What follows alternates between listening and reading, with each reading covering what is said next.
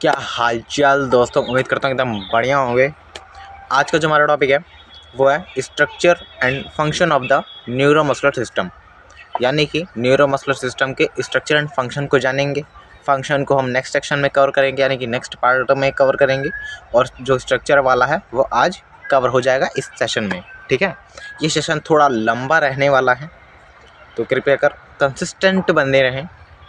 ठीक है, शुरू करते हैं अपने टॉपिक को।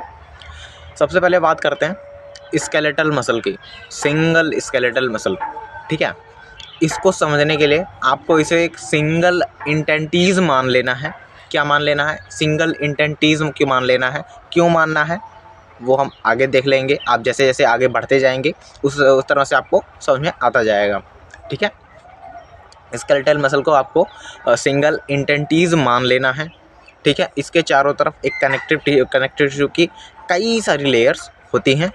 ठीक है, इसका जो स्ट्रक्चर है वो बहुत ज़्यादा कॉम्प्लेक्स है। इसकी जो आउटर लेयर होती है, सबसे बाहरी परत, जिसे एपिमाइसियम कहते हैं। ठीक है, और जो हमारी स्केलेटल मसल है जिसे हमने सिंगल इंटेंटीज माना है, उनमें उनकी जो आउटर लेयर होती है, या जिसे एपिमाइसियम कहते हैं, या उसे छोड़ दें तो जो हमारी कनेक्टिव टिश्यू की कई सारी लेयर्स हैं उसमें मसल फाइबर के कई सारे बंडल पड़े हुए हैं। ठीक है, जिन्हें हम फैसिकुली कहते हैं। ठीक है, और फैसिकुली जो होता है वो इस मसल फाइबर के छोटे छोटे बंडल होते हैं, मतलब छोटे छोटे बंडल होते हैं लेकिन कई सारे होते हैं, यानी कि वो प्लूरल फॉर्म है हमारे फैसिलिकुलस का। फैसिलिकुलस सिंगल है, यानी कि किसी एक मसल फाइबर के बंडल के लिए बात हो रही है। ठीक है, अब जो फैसिलिकुलस होता है वो भी कवर्ड होता है एक शीट से, जिसे हम इंडोमाइसियम कहते हैं। इंडोमाइसियम क्या होता है? तो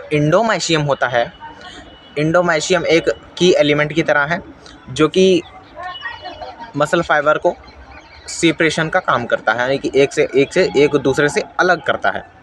ठीक है, इसके बाद हम बात करते हैं हमारे मसल फाइबर की। मसल फाइबर जो है भाई, ये तो बहुत अच्छी चीज़ है, मसल फाइबर है।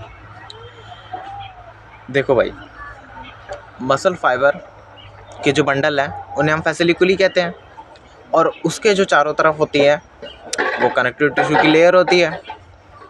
उस कनेक्टिव टिश्यू की लेयर को हम पेरीमाइसियम कहते हैं। ये टॉपिक छूट रहा था, इसलिए मुझे मसल फाइबर वाली बात को काट कर कहना पड़ा। ठीक है, अब मसल फाइबर वाली बात को कंटिन्यू करते हैं।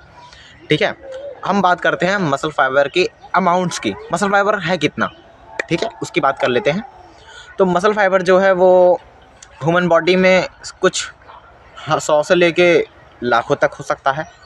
ठीक है, कुछ 100 कहाँ पर हो सकता है? कुछ 100 हो सकता है जैसे कि ईयर ड्रम की मसल, और कुछ बड़ी मतलब मिलियंस में हो सकता है। वो कहाँ पर हो सकता है? तो वो हो सकता है गैस्ट्रोसेनिमियस में। ये एक लार्ज मसल होती है।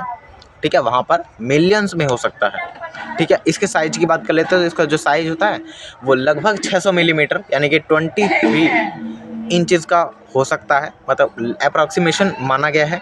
ठीक है, और ये इसका जो वॉल्यूम है ये तब और बढ़ जाता है जब उस स्केलेटल मसल में सिंगल, या उस जो मसल सेल्स हैं उनमें जब यानी कि सिंगल न्यूक्लियस होता है, यानी कि मोनोन्यूक्लिएटेड वो सेल्स होती हैं, तो उनमें जो अमाउंट है, उनका जो अमाउंट है वो 1 मिलियन से भी ज़्यादा हो सकता है। ठीक है, अब हम बात करते हैं हमारे स्केलेटल मसल की। तो स्केलेटल मसल होता है वो दूसरे सेल्स के अपोजिट होता है, यानी कि उसमें बहुत सारे न्यूक्लियस होते हैं।